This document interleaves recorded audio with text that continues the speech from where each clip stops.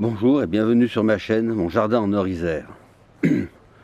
Aujourd'hui il fait beau, il fait même très chaud pour la saison. On est début octobre déjà et pourtant on se promène encore en t-shirt. L'été est en train de se prolonger. Bon, pour les pieds de tomates c'est pas plus mal, ça laisse un peu plus de temps pour que les tomates puissent mûrir, mais c'est vrai que ça perturbe un peu la nature. Bon, ce n'est pas le sujet de cette vidéo, mais on va plutôt parler des entrants. J'ai vu pas mal de vidéos de personnes qui disent qu'ils veulent cultiver sans entrants, seulement voilà, est-ce que c'est possible? Donc, de quoi on parle quand on va parler d'entrants pour le jardin? Les entrants, c'est tout ce qui va rentrer dans le jardin, tout ce qu'on va pouvoir amener nous, en tant que jardinier, par rapport à tout ce qui est déjà présent. Le sol, il est déjà présent, donc ce n'est pas un entrant, mais ça va correspondre à tout ce qu'on va y amener, du fumier, de l'engrais, de l'eau, tout ce qu'on va avoir besoin de faire entrer au jardin. Le jardin, c'est pas un milieu fermé, l'air au-dessus passe librement, les oiseaux vont passer dessus aussi, et donc quand ils vont lâcher des graines, quand ils vont lâcher des fientes, si ça se pose dans le jardin, ça va rentrer dans la catégorie des entrants. Certains mammifères aussi vont pouvoir rentrer, sortir facilement, amener et exporter des choses, des fruits, des légumes ou autres. Donc la question, est-ce qu'on peut cultiver sans entrants, va être lancée à ce moment-là. Il y a une chose qu'il ne faudra pas oublier tout au long de cette vidéo, c'est que même si ce n'est pas un milieu qui est complètement hermétique, un jardin est quand même quelque chose qui est artificiel. C'est quelque chose qui est fait de la main de l'homme, qui n'existe absolument pas dans la nature. Même si l'on veut jardiner le plus naturellement possible, on ne va pas pouvoir reproduire la nature, on va reproduire quelque chose de la main de l'homme qui va imiter la nature. Bon. On ne veut pas mettre d'engrais chimiques, chacun voit comme il veut à ce niveau-là, mais il faudra bien que les plantes puissent se nourrir. Le deuxième point le plus important, c'est la loi du minimum. Chaque plante a des besoins un peu spécifiques, que ce soit en matière de macro-éléments, de micro-éléments, d'eau aussi. Et l'élément limitant sera le plus faible, en admettant qu'une plante ait besoin de, en pourcentage 1 en matière d'engrais, potassium, phosphore et azote. Si il n'y a que 0,5, eh ben, le facteur limitant ce sera ce 0,5. Et c'est valable pour tous les éléments, que ce soit le fer, que ce soit n'importe quel autre élément. Le facteur limitant sera toujours l'élément le plus faible, celui qui va vraiment limiter la croissance de la plante. Donc ces éléments, si on n'entretient pas le jardin, ils vont finir par s'épuiser, ou au moins fortement baisser, s'il n'y a pas un renouvellement assez important. Le jardin, si vous avez qu'un petit jardin, c'est pas le peu de matière organique que vous allez pouvoir ramasser sur place qui va pouvoir entretenir le sol. D'autant que, puisqu'on exporte les légumes, les légumes ne vont pas pourrir sur place, on va les importer pour les manger, et ben, c'est autant d'éléments nutritifs qui ne vont pas rester dans le jardin. Il va falloir donc compenser. C'est pour ça qu'à mon avis, il n'est guère possible de cultiver sans entrants. Ou alors il faut avoir à côté une immense prairie ou quelque chose qui va pouvoir permettre d'apporter de grosses quantités de foin, de paille ou d'autres éléments qui permettront de compenser. Mais tout le monde n'a pas à sa disposition une telle superficie. De même, tout le fumier que vous allez pouvoir apporter, que ce soit du fumier de vache, du fumier de cheval, hormis de pouvoir le créer vous-même, et en quantité suffisante, il faudra bien l'apporter d'ailleurs. Donc maintenant, voyons voir un peu les différents entrants qui vont entrer en ligne de compte dans l'équation. Premièrement, les paillis, que ce soit du paillis de feuilles, du paillis de foin, du paillis d'herbe ou autre. Comme je disais, si vous ne pouvez pas le produire directement sur place, il va falloir l'importer et ça rentrera automatiquement dans les entrants. L'avantage de ces paillis, c'est qu'en se décomposant, ils vont amener des éléments dans le sol qui vont donc renouveler l'état des stocks. L'un des inconvénients, c'est que ce sont des matières qui sont sèches, relativement pauvres, qui vont plutôt favoriser un genre d'humus plutôt que vraiment apporter certains éléments.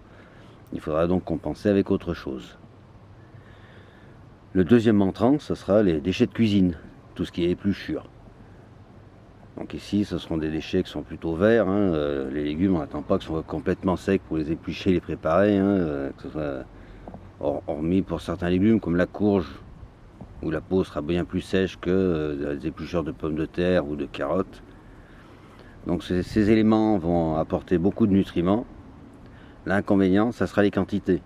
Même une famille de gros mangeurs n'apportera pas suffisamment de déchets verts pour apporter beaucoup d'éléments au jardin. Ce ne sera pas suffisant.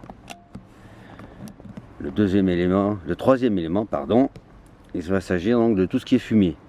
Fumier de vache, fumier de poule, fumier de porc ou de chevaux. Tous ces fumiers sont différents, apporteront donc des éléments différents dans des quantités différentes. Et tous ces éléments ne sont pas mesurables comme ça. C'est pas marqué sur le fumier, apporte tant de pourcents d'azote, tant de pourcents de phosphore, tant de pourcents de fer, etc. Donc c'est un peu ce qui se fait dans la nature, mais on n'est jamais sûr d'apporter tous les éléments qui seront nécessaires à la croissance de nos plantes. On ne peut pas y apporter toute l'année, et c'est pareil, c'est par leur décomposition qu'ils vont apporter les éléments fertilisants. Donc l'effet n'est pas immédiat. Tous ces trois éléments donc vont enrichir le sol, nourrir le sol, qui par la même occasion nourrira les plantes. Si vous avez un terrain qui est très ingrat, ça peut mettre des années avant que le sol soit suffisamment riche pour vraiment avoir un jardin performant. Le quatrième élément, ce sont tout ce qui est engrais. Que ce soit des engrais organiques, que ce soit des engrais chimiques, leur composition est la même. Généralement, c'est indiqué sur les sachets les éléments qu'ils apportent, il suffit de lire. Là par contre, on n'est plus dans le nourrissage du sol, on est vraiment dans le nourrissage de la plante. Donc ce sont des éléments qu'on va apporter quand les plantes en auront besoin. Donc c'est un peu un complément à tous ces éléments qu'on peut composter que j'ai cités juste avant, les paillages, les fumiers, les déchets de cuisine, qui eux seront là plutôt pour nourrir le sol, les engrais sont là pour nourrir les plantes. Donc ça peut constituer un bon complément. Après, à chacun de voir s'il a envie d'amener de l'engrais ou pas, s'il préfère de l'engrais bio ou pas, de l'engrais organique ou pas. Là, c'est vraiment à chacun de voir. Je ne suis pas là pour dire vous devez faire comme ceci. Non, non. Je donne des pistes de réflexion et chacun est libre de faire son jardin comme il le souhaite. Comme je le disais dans la toute première vidéo, le jardin doit vous ressembler. Il n'est pas question de copier le voisin parce que le voisin il fait comme ça, nous on doit faire comme ça. Non. On peut s'appuyer sur ces résultats pour avoir des pistes de réflexion et pourquoi pas essayer des nouvelles méthodes, mais il n'est pas question de singer ce que font les autres. Le cinquième élément, ce sera l'eau. Si le sous-sol n'est pas assez riche en eau, il faudra bien l'apporter, donc ça sera aussi un entrant. L'eau de pluie peut ne pas être suffisante. D'ailleurs, l'eau de pluie est elle-même un entrant, puisqu'elle arrive d'ailleurs, elle ne sort pas du sol pour se stocker juste au-dessus, et puis après retomber sur le sol, elle sort d'ailleurs, et puis elle arrive, elle se pose où elle peut, avec de la chance dans notre jardin, en quantité raisonnable, suffisante mais pas trop. Et s'il n'y a pas assez d'eau, il va falloir l'amener, nous, par l'arrosage. Donc que ce soit de l'eau de ville, ou que ce soit de l'eau de source, d'un puits ou d'une fontaine, peu importe comment vous l'amenez, c'est un entrant. L'eau est d'ailleurs aussi un facteur limitant. S'il n'y a pas assez d'eau, les plantes ne se développeront pas. Tout comme si elles manquent de phosphore ou si elles manquent de fer ou de cuivre. Elle fait partie de ces éléments qui sont limitants. Et le dernier entrant auquel je pense, en fait, ce sont nos légumes. La plupart ne sont pas originaires de chez nous. Beaucoup sont exotiques, hein, tomates, pommes de terre, poivrons, courgettes, courges. Pour la plupart proviennent d'autres pays que le nôtre. La plupart ne poussent pas naturellement chez nous. Et donc il s'agit bien entendu d'entrants. Ils ne poussent pas naturellement dans votre jardin. Il faut que vous les semiez pour pouvoir les récolter. Il s'agit donc bien aussi d'entrants. Donc voilà, je pense que j'ai fait le tour des entrants. Si j'en ai oublié, vous pouvez me les mettre en commentaire, hein, je développerai. Ce sera tout pour aujourd'hui. On est dimanche après-midi, il fait un temps magnifique et à la prochaine.